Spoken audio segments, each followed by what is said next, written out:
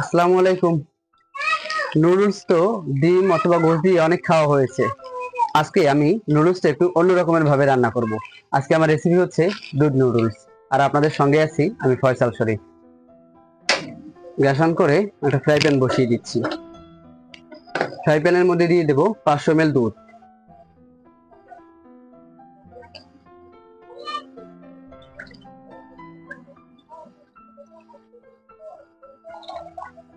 এখন ফ্রাই প্যানের মধ্যে দিয়ে দেব এলাচ, দারুচিনি এবং 2টি তেজপাতা। দুধের ভিতরে যখন একদম বলক চলে আসবে তখন আমি নুডলসটাকে দিয়ে দেব। এখন দুধের মধ্যে দিয়ে দেব 2 চামচ চিনি। আমি বড় চামচের 2 চামচ চিনি দিয়ে দিচ্ছি। চিনি দিয়ে ভালো করে একটু গলিয়ে নিতে হবে। দিয়ে দেব সামান্য পরিমাণে লবণ। দুধের ভিতরে ভালো করে বলক ওঠা পর্যন্ত আমি নাড়তে থাকবো।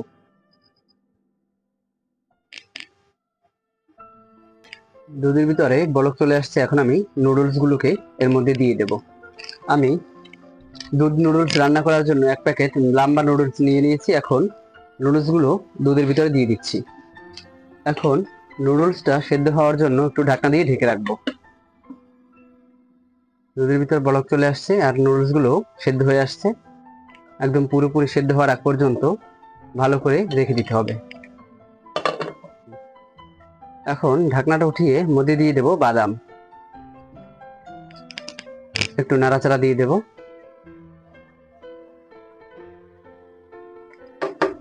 আবারও ঢাকনা দিয়ে ঢেকে রাখবো।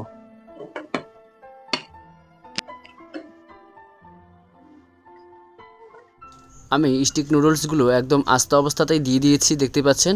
আপনারা চাইলে একটু ছোট করে ভেঙে নিতে পারেন।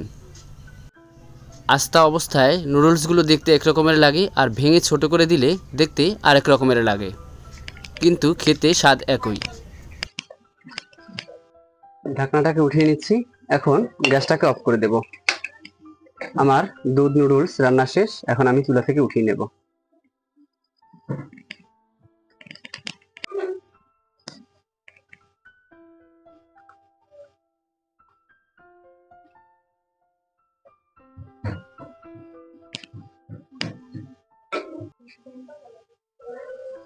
আমার দুধ নুডলস রান্না সম্পূর্ণ প্রস্তুত।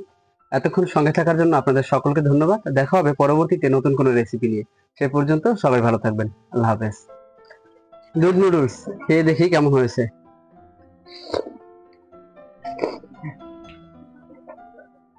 অসাধারণ।